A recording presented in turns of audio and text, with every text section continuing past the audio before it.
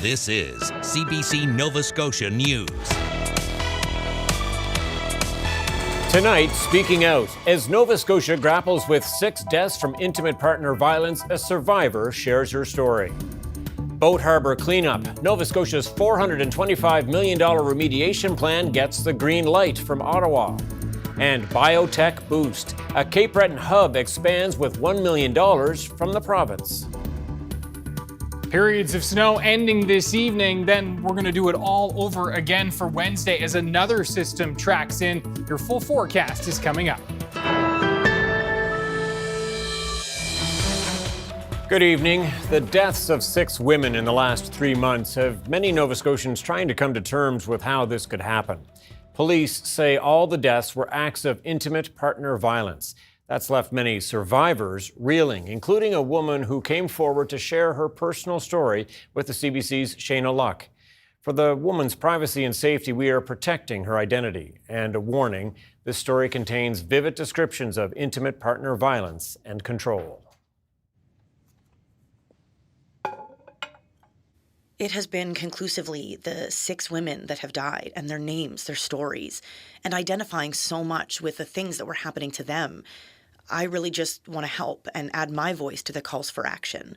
I don't see things happening. I don't see the reaction that's necessary to deal with an epidemic-level problem. She asked us to call her June.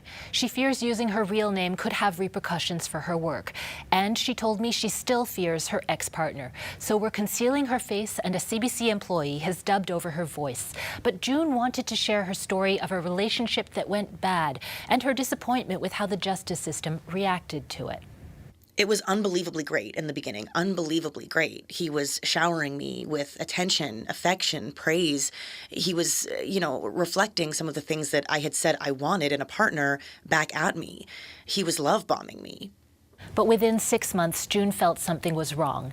There were heated fights, followed by caring reconciliations. She and her ex entered a cycle of breaking up and getting back together. He moved into her apartment. June says he'd follow her around and stand over her, shouting. He'd threatened to kill himself if she left. She says she told her ex the things he was doing made her feel afraid, but he didn't stop doing them. And at one point, I was sitting down, and he knew that those kind of intimidating factors of like leaning over me and kind of standing up and looming and raising his arm and kind of pointing or like being aggressive in that way really made me feel fundamentally unsafe. And so he was doing some of those things. And he was like, well, I would never hit you. And then he kind of just mimicked hitting me. But he put his hand past my head and towards the wall instead. June says eventually she asked her ex to move out, but she says he refused to go, and twice he trapped her in her apartment.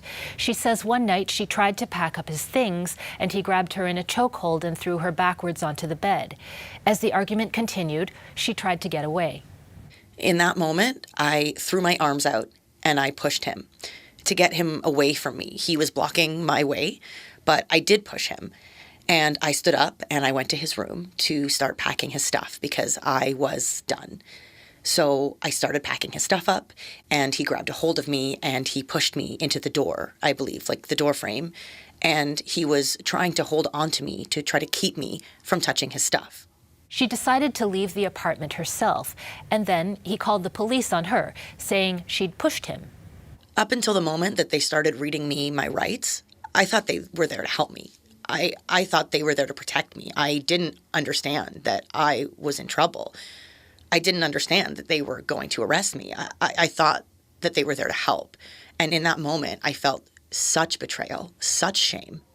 June told the police her ex was abusive and she was defending herself. He was also arrested. They both went through the court system and signed a peace bond. The charges against both of them were withdrawn.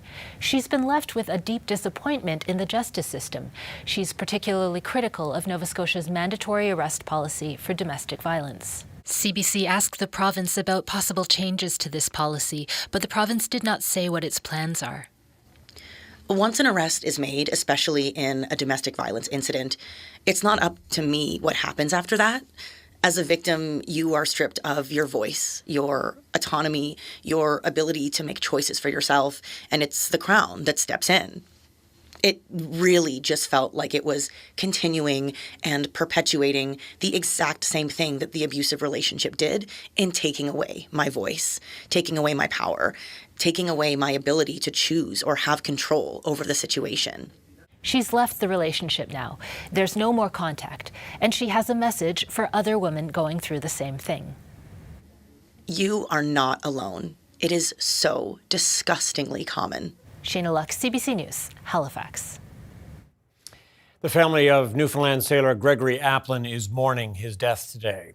The 38-year-old petty officer second class died on Friday after the inflatable boat he was on overturned in Bedford Basin. The commander of Canadian Fleet Atlantic says it's still unclear what caused the boat to capsize. Applin's grandfather, Clyde Applin, says it's a painful loss. And I'm in contact with him all the time. He was a real gentleman to everybody. He was the most soft-voiced human being you ever seen.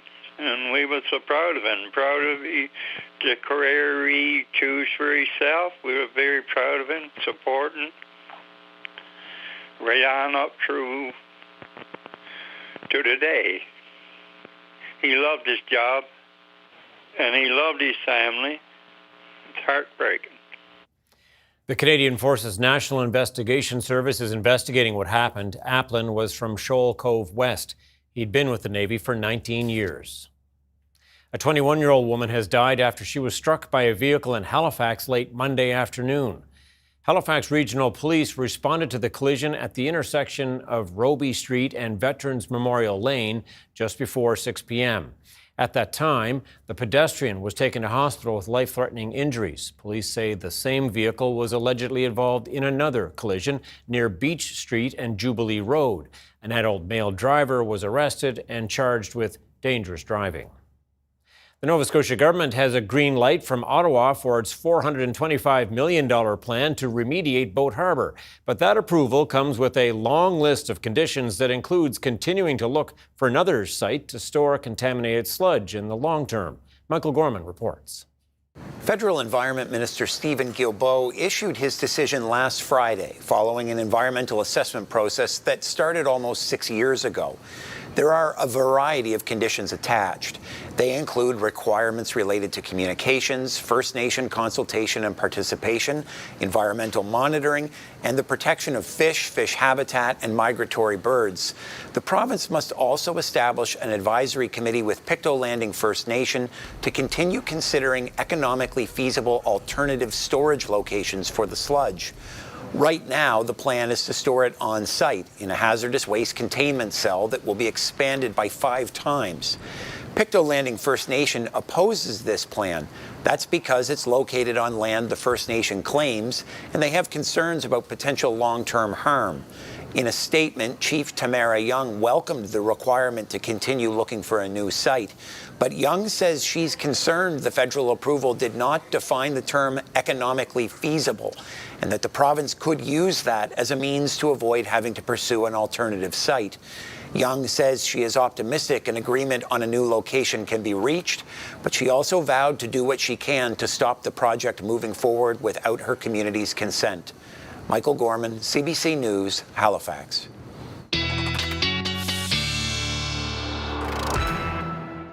Ryan has a quick look at the weather forecast now. And Ryan, a nasty Tuesday evening commute home for a lot of people. Yeah, that's right, especially for the metro area, the Halifax area.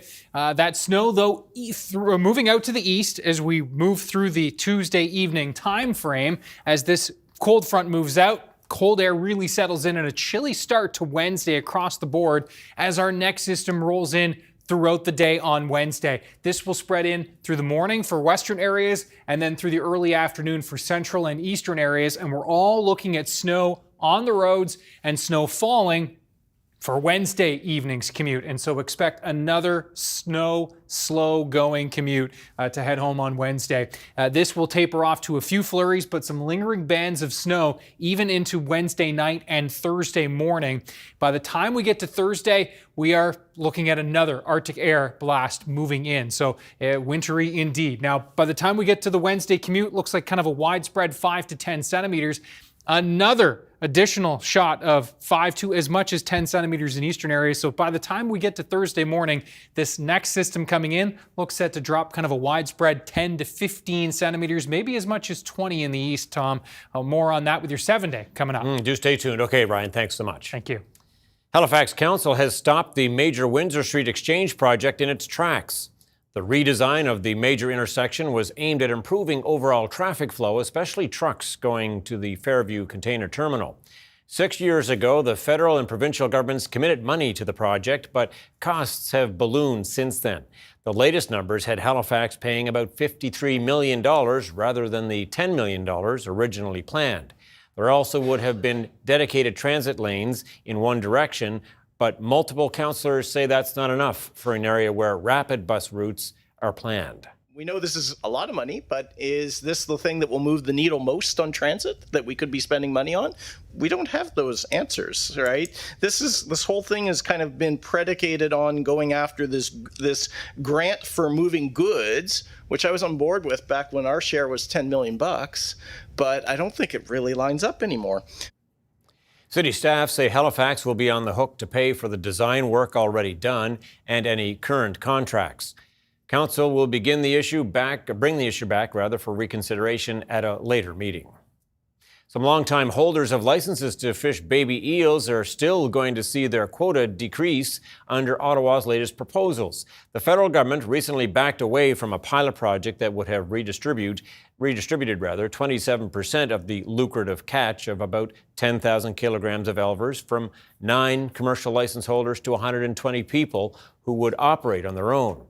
However, in letters sent out to the license holders yesterday, the federal fisheries minister is now saying she plans to give more of the redistributed total to Wakaba First Nation and to Shelburne Elver Limited. The remaining 7 longtime license holders are allocated quotas below the 600 kilograms. Ottawa says it's continuing with its plan to redistribute half of the overall quota to Indigenous fishers.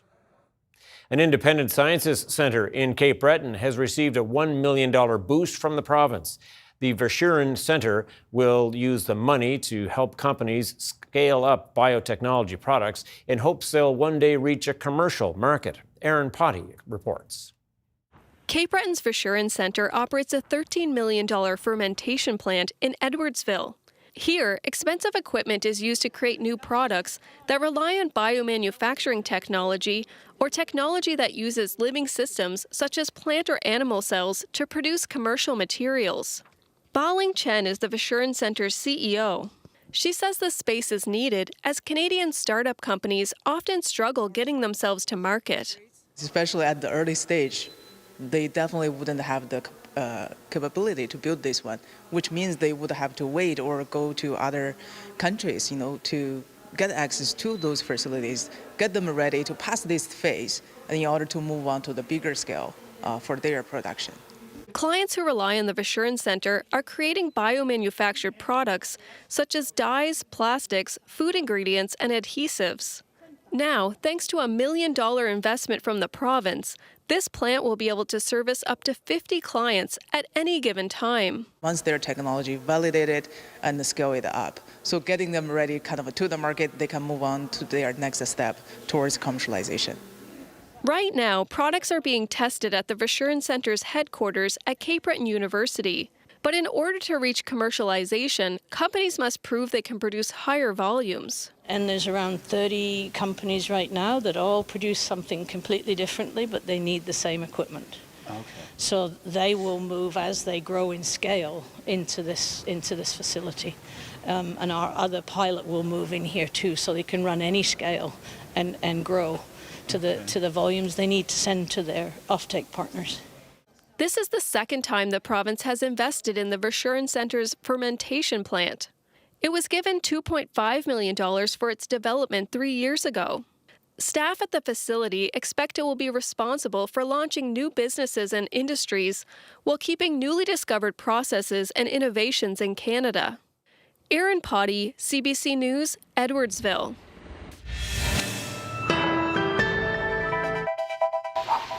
And there you have more evidence of a snowy Tuesday evening in Halifax. That's Gatekeepers Lodge at Point Pleasant Park. Ryan back with the full weather forecast. We'll see you right after this quick break.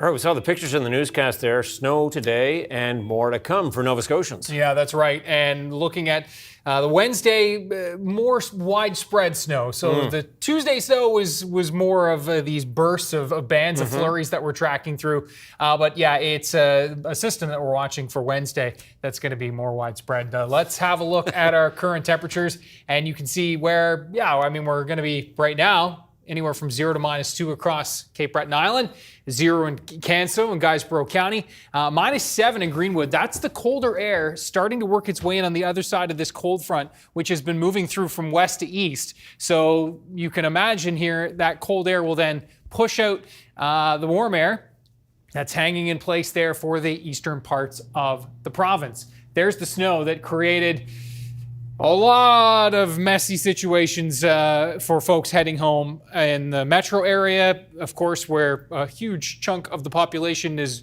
trying to get home during the commute. And unfortunately, this was very poorly timed. It hit right just in time for that commute home. So hopefully everybody made it home safe. You can see that is now pushing off to the east, though will still impact eastern parts of the mainland for the next few hours, and then into Cape Breton. You folks, that first round there and another round to come for this evening with a couple more centimeters with that. The front moves out. This is the next low, which is moving into the Great Lakes. And this is, again, riding along that boundary between the mild air and the cold air. -4 in Toronto, 8 in Chicago. And it'll continue to hug that rain snow line. You can see that deep cold air pushing in on the other side of this system. So we're getting into the cold air tonight. -10 to -14 in many cases, minus double digits in through Cape Breton, and you can see across in through Yarmouth, we're going to be in around the -6 range. Now, as we look into the timeline of all this, you can see the flurries will come to an end for the most part of across Cape Breton, but some onshore flurries lingering for Cheticamp, and then we can see that Tri-County area into the snow, 6-7 a.m. tomorrow morning, and then throughout the day, it will spread. And by Wednesday at lunchtime, looking at that snow continuing to push in across eastern parts of the mainland, you folks in Cape Breton, a quiet morning, and then into the mix for the afternoon. And so, yes, be prepared for more snowy, slow-going drives for your Wednesday commute home. It's definitely going to be an impactful one with about 5 to 10 centimeters on the ground for most of us by the time we get to around 6-7 a.m. or 6-7 p.m. rather, and we'll continue that timeline in just a moment. Temperatures anywhere from 0 across southern parts of the Cape Breton Island for tomorrow to -5 in through the north. We'll see temperatures near the freezing mark along the Atlantic coastline, -4 Antigonish, up into Tatamagouche and Amherst near -6. -3 to -4 in through Cobequid Bay will be near the freezing mark in through the metro area, and perhaps even some mixing here. Yarmouth, Shelburne, and Liverpool could see some drizzle mixing in there for tomorrow. That should keep amounts a little bit lower. Most of the rest of the province, by the time we get to Thursday morning, will be in that 10 to 15 centimeter range. We could see some pockets near 20, especially for eastern parts of the mainland and into Cape Breton. That's going to be our best chance of exceeding 15 centimeters of snow. Now, as we look at the timeline, you can see this secondary push coming in through the overnight on Wednesday into Thursday. And so that's when we'll end those totals. And then you can see some lingering flurries in the onshore variety for Inverness County and Cape Breton on Thursday. Temperatures -8 to -12 for highs on Thursday. Brisk northwest winds with wind chills into the -teens and near 20. So it is going to be cold. And then the next system, and it unfortunately looks like we'll see some light snow pushing in again for Friday afternoon's commute. That will be light. Friday night, though, into Saturday, this system approaching, lots of moisture, cold air in place, and the forecast models have been further north with this. And so it looks like we'll go back to accumulating snow late Friday night into Saturday morning, then back to flurries. So that system is a little more uncertain, so stay tuned for updates on that, but it looks like we'll be shoveling again with that one, and then back to the cold air on Sunday as the Arctic air continues to swing back in, Tom. It is never dull. Okay, thanks so much, Ryan. Thank you.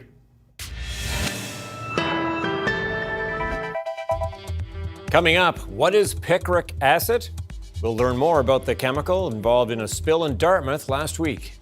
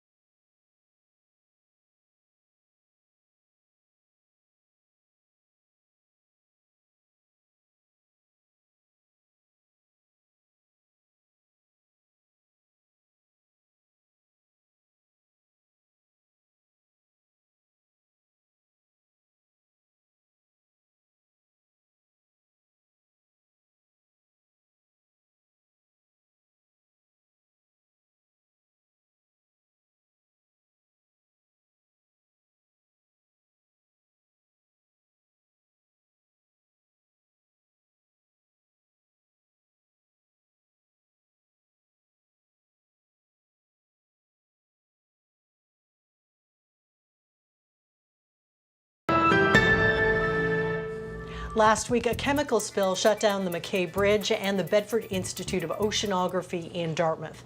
It was a picric acid that had crystallized. So for a deeper dive on this, we're at Dalhousie University with Associate Professor of Chemistry, Alex Speed. Okay, the first question is, what is picric acid?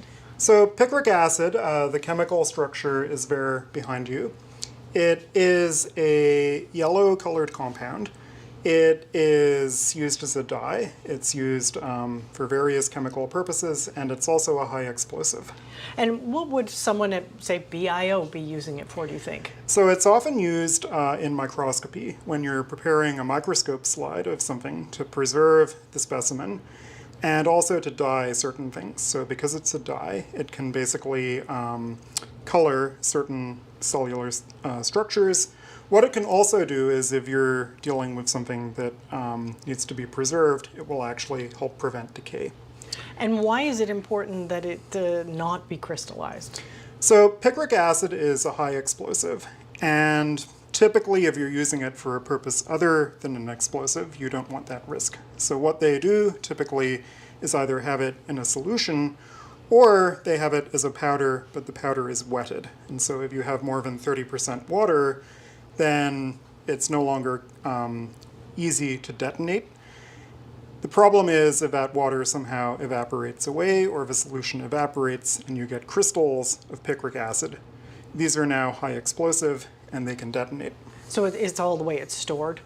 Yes. Yeah. So what do you think might have happened in this case? So potentially you might be storing something in a bottle like this, and it could be stored properly. So this is just an empty bottle, but it illustrates that you could get a scenario where the seal isn't perfect, and that can happen over time. The water can evaporate out, and eventually if the concentration gets high enough, it will dry out or crystals will form. Another danger is if you get crystals that actually form under the cap, then it can become friction sensitive. So when the cap is removed, that could actually set off a detonation. And of course, a lot of folks who study Halifax history may have heard the word picric acid when it comes to the Mont Blanc. Talk about what happened in that case. So picric acid, especially during World War I, was used as a high explosive. Now, it's relatively insensitive, so it was actually put in shells that were fired from artillery pieces, so you could fire it from a gun without it blowing up. The problem with picric acid is that this part right here makes it corrosive towards metals, and the corrosion products are actually more sensitive towards shock. So ultimately it was replaced with TNT, which does not have that problem. Now, in the Halifax explosion, there was a ship transporting a couple of thousands of tons of picric acid, along with other things. And when it was in a collision, it then caught on fire.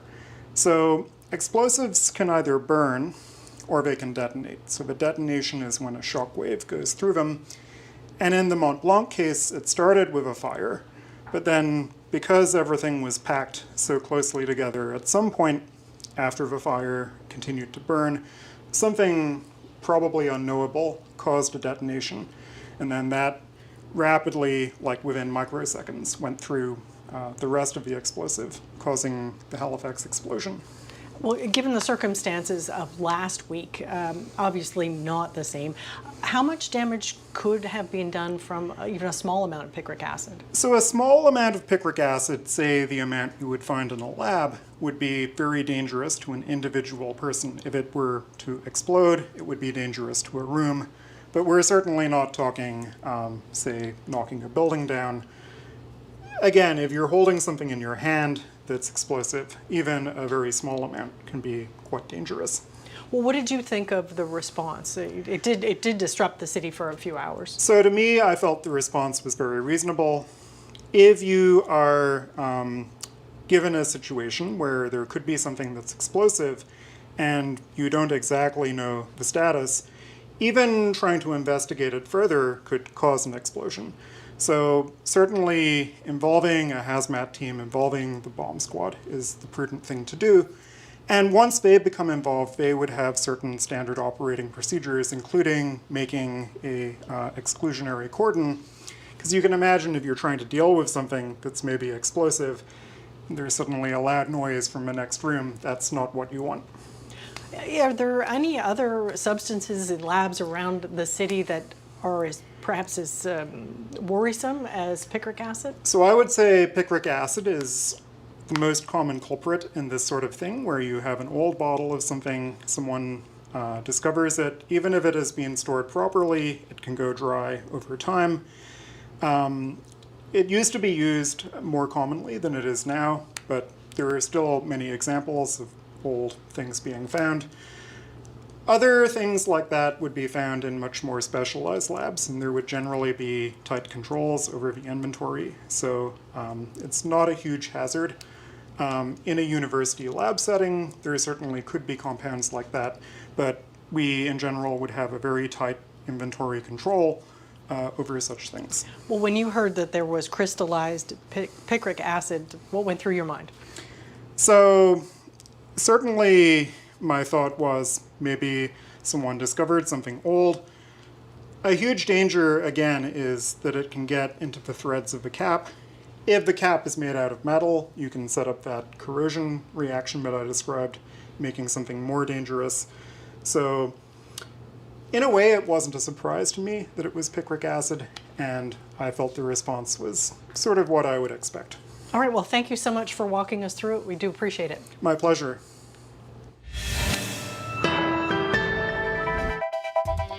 Coming up, the inquiry into foreign meddling in Canadian affairs releases its final report and recommendations. And Justin Trudeau is in Warsaw signing a nuclear energy cooperation deal with the Polish Prime Minister.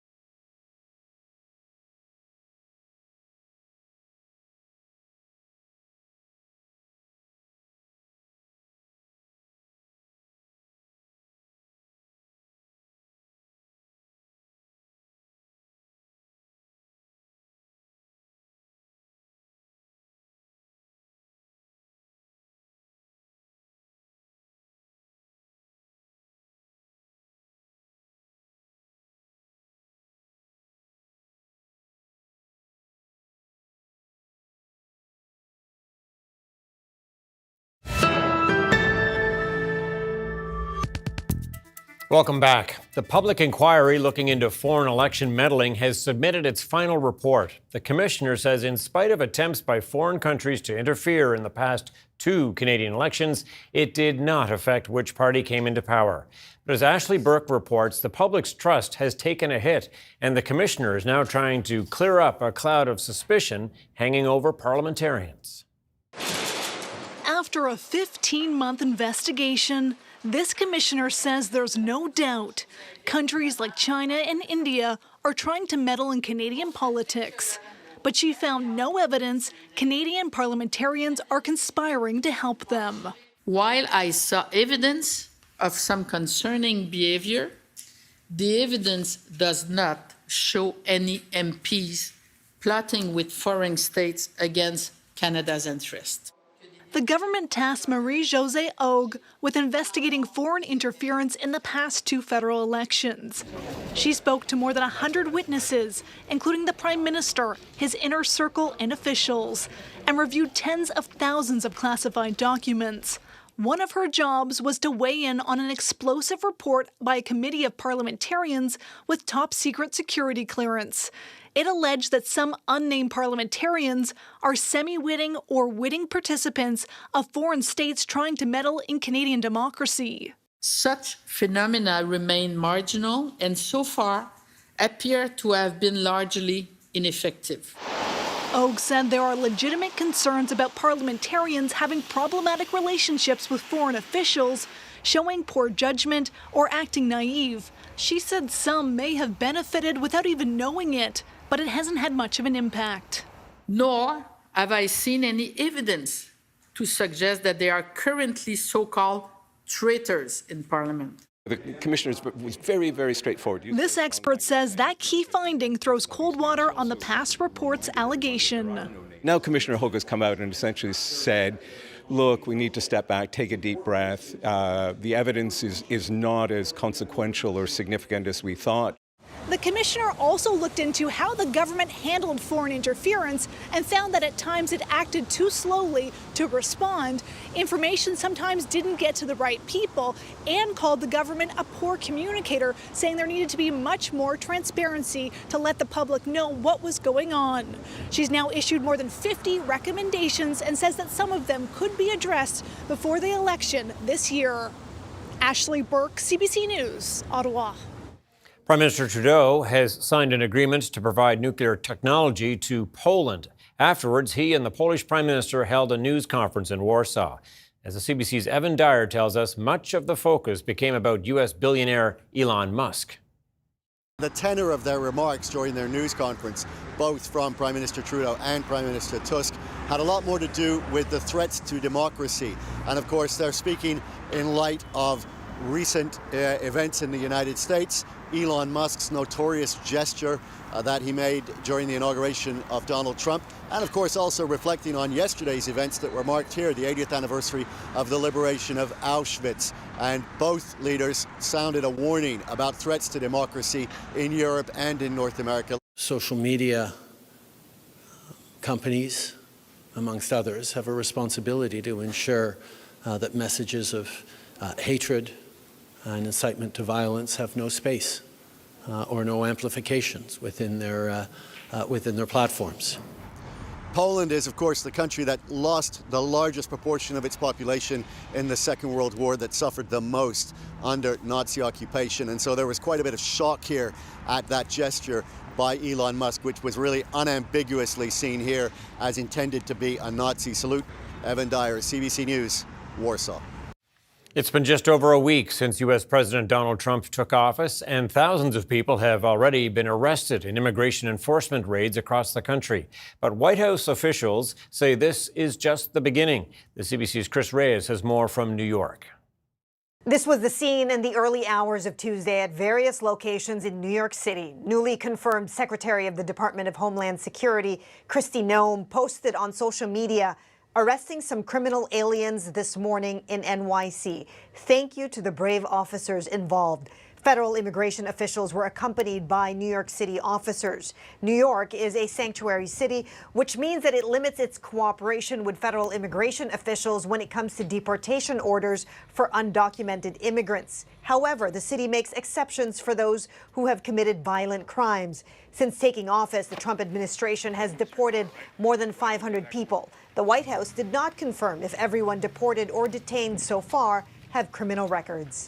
He is focused on launching the largest mass deportation operation in American history of illegal criminals. And if you are an individual, a foreign national, who illegally enters the United States of America, you are, by definition, a criminal. Of the 3,500 arrests ICE has made so far since President Trump came back into office, can you just tell us the numbers? How many have a criminal record versus those who are just in the country illegally? All of them, because they illegally broke our nation's laws and therefore they are criminals as far as this administration goes. I know the last administration didn't see it that way, so it's a big culture shift in our nation to view someone who breaks our immigration laws as a criminal, but that's exactly what they are. Earlier this week, Trump's border czar Tom Homan said expect deportations to increase and to widen in scope. Right now it's concentrating on public safety threats, national security threats. That's a smaller population. So we're going to do this on priority base, as President Trump's promised, but as that aperture opens, there'll be more arrests nationwide. If you're in the country illegally, you're on the table, because it's not okay to, violate laws of this country. Immigration advocates in the U.S. began to mount challenges against Trump's policies, including an order to fast-track some deportations, bypassing court proceedings. Chris Reyes, CBC News, New York. There is no let-up in the surge of executive orders and other actions from the now week-old Donald Trump administration in the U.S. More than a dozen Justice Department prosecutors involved in the January 6th cases and the secret document case against Donald Trump have been fired. U.S. media reports quote a letter from the acting attorney general saying that because they, quote, played a significant role in prosecuting President Trump, they can't be trusted to carry out his agenda. There is also a new executive order that will effectively force transgender service members out of the U.S. Armed Forces. Meanwhile, Google says it will comply with one of Donald Trump's executive orders. Google Maps is changing the name of the Gulf of Mexico to the Gulf of America for users in the U.S. In Mexico, the name will remain the Gulf of Mexico. Outside those two countries, users will see both names on Google Maps. The move follows the Trump administration's announcement Friday that it had changed the name. His administration also renamed Denali, the tallest mountain in North America, to Mount McKinley, the name it was known by until 2015, named after the 25th president of the United States. Atomic scientists have moved the so-called Doomsday Clock to the closest it's been to midnight. Because the world is already perilously close to the precipice, any move towards midnight should be taken as an indication of extreme danger and an unmistakable warning. It's now at 89 seconds before midnight, the symbolic point of how close humanity is to global annihilation. That's 1 second closer than it was last year. The reasons include Russia's nuclear threats after its invasion of Ukraine, the ongoing crisis in the Middle East. The clock was created in 1947 during the Cold War tensions, a way to warn the public about how humankind was edging toward destroying the world. Northeastern British Columbia saw a record number of magnitude 3 earthquakes last year, and many have been linked to an increase in fracking activities in the area for a new pipeline. Now, some people are voicing concerns that their homes and infrastructure are in jeopardy. Susan Ormiston reports. We are bearing the risk, and they are saying, don't worry. But Richard Kabzums is worried. Just over a kilometre from his backyard, an oil and gas company, Ovintiv, is building a pad for 28 wells to horizontally drill and frack for natural gas beginning next month. To build that close to us and then directionally drill underneath our houses in this area just didn't seem to be a good idea. Fracking sends pressurized water, chemicals, and sand into rock to dislodge oil and gas deposits. If it hits a fault, it can cause an earthquake. So can disposing the vast volumes of water. Kabzums has felt smaller ones before. It felt like a truck was hitting the side of our house and the engine rumbling. So this deep, low rumbling and things would shift. Fracking for natural gas here is booming, projected to double in the Montney Formation to feed a new pipeline carrying natural gas to the coast for export. The more fracking we do, the more oil and gas we take, the more earthquakes we will have, and the larger is the chance that one of those earthquakes will have an undesirable consequence. It's a trade-off.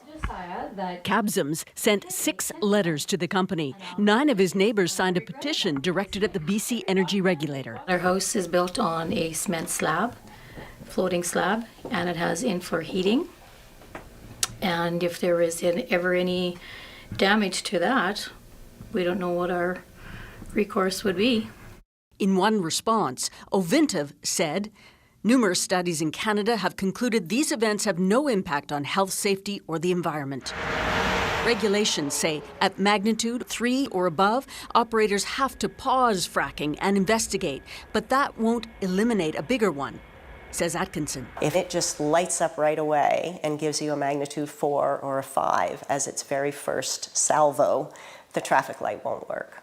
What people don't realize is that there's a human cost to this gas. They see a reward, we see risk.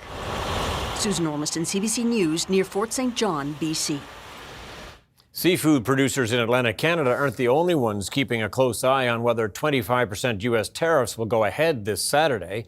In a bid to protect jobs on the West Coast, the BC Seafood Alliance is urging people to buy local fish as the industry braces for the economic impact. Mira Baines reports. BC's wild-caught seafood is world-renowned, with about 60% of the industry's exports going to the U.S. But now U.S. President Donald Trump's threat of 25% tariffs on Canadian imports is looming large. The head of the BC Seafood Alliance says she's hoping for the best, but preparing for the worst as the February 1st deadline approaches. I worry very much that we will be looking at layoffs in both processing plants and for fish harvesters. We would simply have to tie up vessels because there would not be a market. Burridge went to Ottawa last Friday for urgent talks with Fisheries and Oceans Canada, Agriculture Canada, and Global Affairs Canada. It's still unclear exactly what will happen on Saturday. We're thinking in terms of 25% on Mexico and Canada because they're allowing vast numbers of people. Canada's a very bad abuser also. Vast numbers of people to come in and fentanyl to come in. BC's premier has not ruled out countermeasures if those tariff threats go through. He's urged people to buy local. When you're at the grocery store and you have a chance to buy a product right now, you're looking carefully at the labels to support Canadian jobs and to support Canada at this critical time. However, selling to the domestic market will likely not be enough to manage the shock of tariffs. We would hope that people in BC buy more halibut, and quite likely the price would be lower, which might be helpful. But I can't see selling a lot of our halibut to Toronto, Montreal, Ottawa because they have Atlantic halibut. The BC Seafood Alliance says the industry is hoping for a reprieve at least until April to deal with American customers who rely on their products. The group says there's also some hope there could be an exemption for Canadian food products. Mira Baines, CBC News, Vancouver. Researchers in the UK say having ADHD can shorten one's life expectancy. They say they hope their work can lead to earlier diagnoses and better treatments for adults living with the disorder. Jennifer Yoon looks at the latest insights. I found out I had ADHD this year, too. Does anybody have that? For the stand-up comic, joking about his ADHD is a coping mechanism. But he wonders... I'm turning 50 this year. ...what his life would have been like if he had received treatment earlier. I think a lot of things would have changed. And I went through that process of, just kind of mourning that life. People with attention deficit / hyperactivity disorder have a hard time focusing, and they're at higher risk of health issues like reduced sleep, substance use, and suicide, all factors that can contribute to a shorter lifespan. British researchers found men with ADHD lived 4.5 to 9 fewer years than their counterparts. For women, it was 6.5 to nearly 11 years on average. I was surprised by the amount. People with ADHD are more likely to take risks and are more likely to struggle with addiction to alcohol, cigarettes, or recreational drugs. But he stresses the findings may not reflect those with mild symptoms or those without a diagnosis. This psychiatrist says he's not surprised. He's hoping those who need help and a diagnosis can more easily get it. This will probably lead to identifying ADHD as a legitimate medical illness that does compromise people's longevity. Better, good catch. And there are treatments and lifestyle changes that can help. Yeah, good job. Like regular exercise, which can be difficult for people with ADHD who struggle with coordination and concentration. Well, we know that physical activity can help to mitigate some of those modifiable risk factors. So what we're hoping is that the people that we teach over time will stay active. You could be whatever you want. Therapy and medication can also help those with ADHD lead full, healthy lives. Amazing. Jennifer Yoon, CBC News, Toronto. Strength in technology stocks led Canada's main stock index higher today, while U.S. markets also rose. Here's a look at where things landed as we head to break.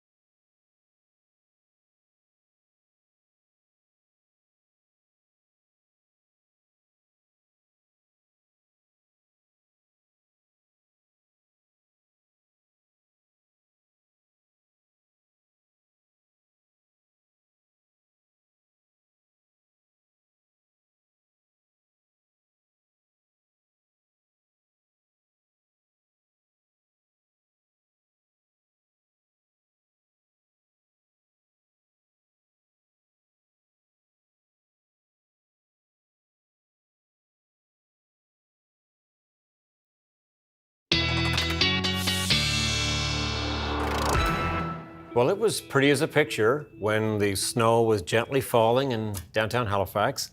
Yeah, there's going to be a few nice pictures out there then after this. Yeah, definitely. And so I think we'll be looking at less pictures like this, which no snow on the ground in Pomquet. Lots of bird life there, though. Yeah, the geese taking a little break. Beautiful spot, though. My goodness. They like it, apparently. Yeah, for sure. And yeah, beautiful scene. But yeah, there's some snow on the way for, Pomquet's some snow there this afternoon. And we'll see more snow on the way for tomorrow. Let's have a look at the latest. This is the latest run in. Basically an updated version of what I showed you earlier. This is the Canadian model, and I think it has a pretty good handle on this situation. So this is kind of snowfall throughout the day tomorrow, 5 to 10 centimeters widespread. Then we add in some additional snowfall through the overnight, and that's where we're up into that 10 to 15 centimeter range widespread. But I do think we could see some pockets that do push up closer to 20 centimeters, especially in through eastern parts of the mainland. But I think near 10 to 15 is a pretty good number right now. And you can see for Wednesday down and through the southwest, Yarmouth, Shelburne, Liverpool, temps will dip up towards 2 degrees, and so we could see some mixing there. That would keep amounts just a little bit lower, but most of us in that 0 to -4 range, and this is how it all times out. So Wednesday morning's commute okay, unless you're in the Tri-County area, and then we're all into the snow for the afternoon and continuing into the evening. And it's on the back side of this system, we've got this trough that's going to swing back through with that additional snowfall Wednesday night into Thursday morning. Arctic air with that northwest wind, boy, will it be cold on Thursday.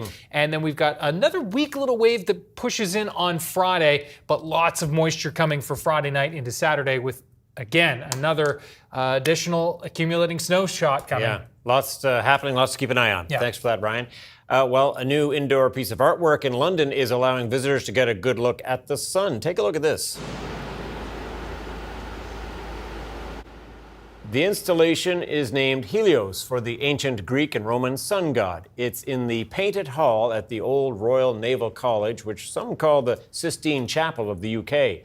This model measures 23 feet in diameter. For scale, each centimeter of the surface represents 200 kilometers on the sun. The work by British artist Luke Jerram uses actual photos and NASA observations. Eye-catching for sure. That's it for us tonight. Thanks so much for watching. We'll see you next time. Good night.